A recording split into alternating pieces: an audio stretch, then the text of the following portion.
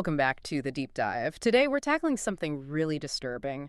The situation with North Korean workers being sent to Russia. It's ramped up significantly since the Ukraine invasion. It really has. Our sources, news reports, expert analyses, and honestly, some chilling accounts from defectors. They paint this picture of systematic exploitation. One expert even called it slave-like conditions. Yeah, that's a harsh term, but frankly, it fits the reality we need to unpack. Our goal here is to understand, the motivations behind this. It's deeply interconnected. Right. You've got Russia, which, because of the war, has this huge labor shortage. Mm-hmm. And then North Korea, desperate for hard currency, cash for the Kim Jong-un regime. And this whole arrangement, it flies right in the face of international sanctions, while causing just extreme human suffering. And just to ground this whole thing, let's start with a detail that keeps coming up from defectors. Picture this. You're working 18 hours a day, forced labor, from 6 a.m. until 2 a.m. the next day. Unbelievable. And you get maybe 2 days off total per year. That's the baseline reality we're diving into. It's designed to break people, body and soul. So let's unpack that physical side, what one worker called a labor camp without bars.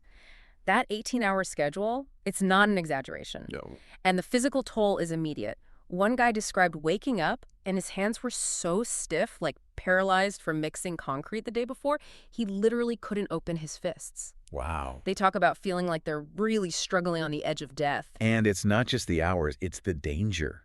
Constant danger. They're forced to work in the dark, when lights are off to save costs or whatever. In the dark. Yeah.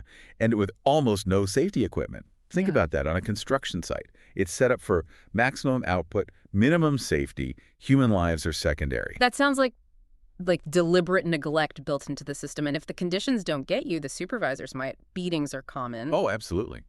Supervisors routinely beat workers if they catch them sleeping, or even just standing still looking tired. Just for looking tired. Yeah. And the neglect goes even further. There's this story about a worker who fell 4 meters. 4 meters. Oh, God. Severely injured his face. He asked to go to a hospital. The supervisor just said no. Flat out denied it. Denied medical care after a fall like that. Is that just one bad supervisor, or is it systemic? It seems structural, really. They know the pressures on production. Losing a worker for a hospital visit, that costs time, money. Denying care. There are fewer immediate consequences for the supervisor. These workers are seen as disposable. Disposable assets. Exactly. And their living conditions, they reflect that. Sleeping in dirty, crowded shipping containers, often infested with pests. Shipping containers. Or sometimes just on the floor of buildings still under construction. Yeah. Using like a piece of canvas to try and block the Russian winter cold. It's inhumane. Okay, so the physical abuse is clear, but there's this whole other layer, right? The financial control, the psychological games. Absolutely. If the physical exploitation gets the work done, the financial and psychological controls make sure Pyongyang gets the money. And that the workers can't escape. But what's kind of striking is that these workers, initially, they want these jobs, don't they? They're motivated. Highly motivated. That's the cruel irony. Back home, the pay is minuscule. Going abroad, even under these conditions, offers a chance or the promise of a chance to earn much more. They dream of saving for a house, maybe a small business for their family. So they go in with hope. Exactly. And that hope is immediately exploited. First off, the North Korean government takes the majority of their income right away. They call it a loyalty fee. A loyalty fee? Seriously, how do they even frame that? It's framed as their patriotic duty, a contribution back to the state, to the leadership, the military, supporting the system that allowed them to work abroad in the first place. It reinforces that their labor, their earnings, belong to the state first. Okay, so the state takes a huge cut up front. What about the rest? The money they're actually supposed to get? Well, that's where the really insidious part comes in. To stop them from defecting. The small amount left over, maybe $100, $200 a month. Yeah. It's not actually given to them. It's just recorded in an account book.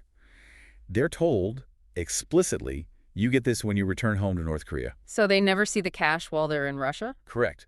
Our sources say this is a relatively new strategy brought in specifically to prevent defections. If you run, you lose everything. Years of work, sacrifice for nothing. It's a perfect financial leash. Wow. Tied financially. But the psychological pressure sounds intense too. This quote about being called talking machines. Yeah, that's devastating. Imagine you're already isolated, working yourself to the bone, and then other workers on the site, Central Asian laborers, for example, they mock you.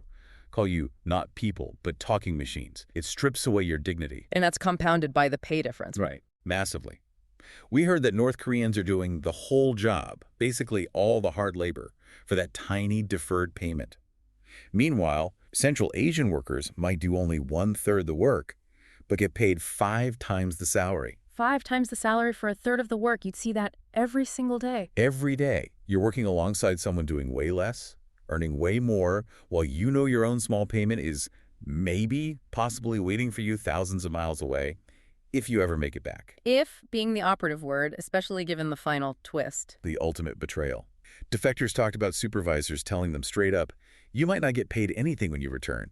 The state needs this money. Just openly admitting they might steal it all back after everything. Exactly. After years of risking your life, sacrificing your health, the regime you served admits it might just take everything.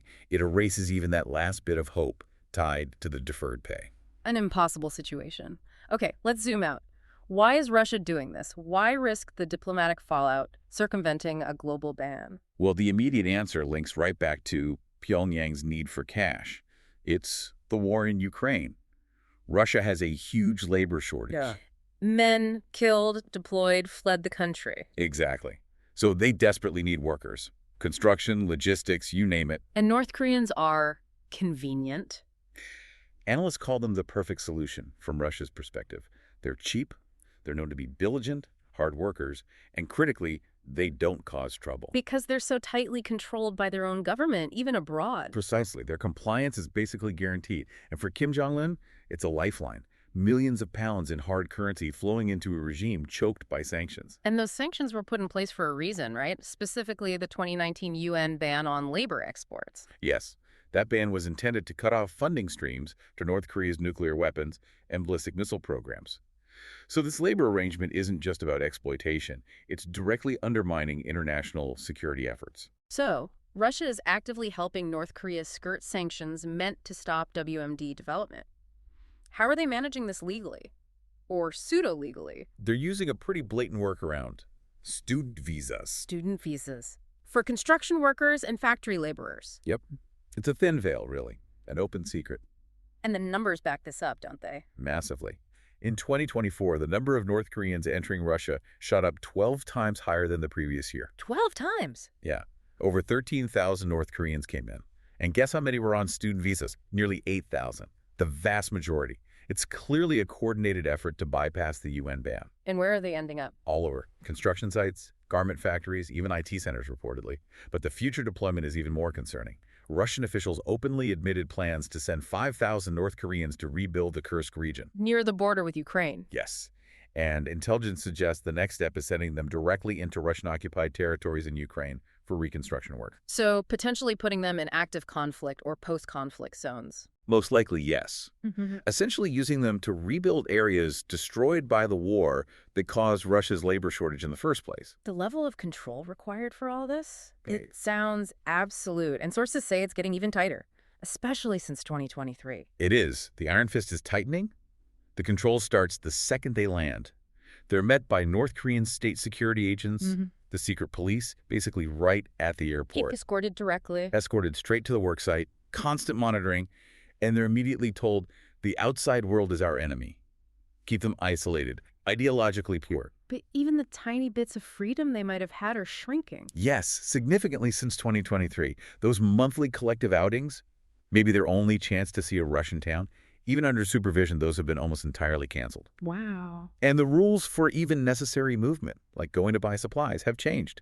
It used to be maybe 2 people could go together, a buddy system. Right. Since 2023, it's mandatory 5-person group action. 5 people. Why 5? It makes coordination for escape incredibly difficult. You need to convince 4 other people, who are all watching each other, to risk everything. It turns them into mutual surveillance agents. Policing each other. And layered on top of that is more indoctrination. More frequent thought training and self-criticism meetings. They're forced to publicly swear allegiance, confess failures, reinforce the state ideology. It's mental policing alongside the physical restrictions. And is this working? Are fewer people managing to escape? Sadly, yes. The data shows it's having a chilling effect. Despite the horrific conditions, successful defections from Russia to South Korea have actually been halved since 2022. Halved. Yeah, down from maybe 20 successful escapes per year to only about 10.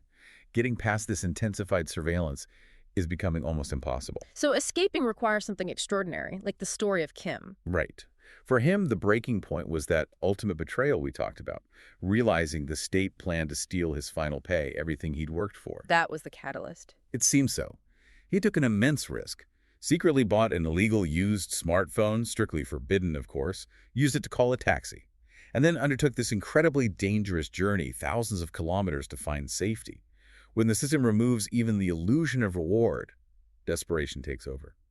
So summing up this deep dive, the picture is pretty clear, isn't it? This whole arrangement, it's a blatant violation of international sanctions. Absolutely. It's systematically organized exploitation on a massive scale. Extreme human rights abuses fueled directly by Russia's wartime needs and North Korea's desperate cash grab. And crucially, don't think of this as just a temporary wartime measure. One expert on Russia-North Korea relations described these workers, this system, as potentially the lasting legacy of the wartime friendship between Putin and Kim Jong-un. A lasting legacy, meaning this exploitation could continue, even deepen after the war. That's the strong suggestion. This pipeline of controlled cheap labor serves both regimes too well to just shut down when the fighting stops. It's become structural. That's a very sobering thought. The human cost could become a permanent fixture of this alliance. Which really leaves a critical question for you, the listener. Think about the moral weight of that legacy.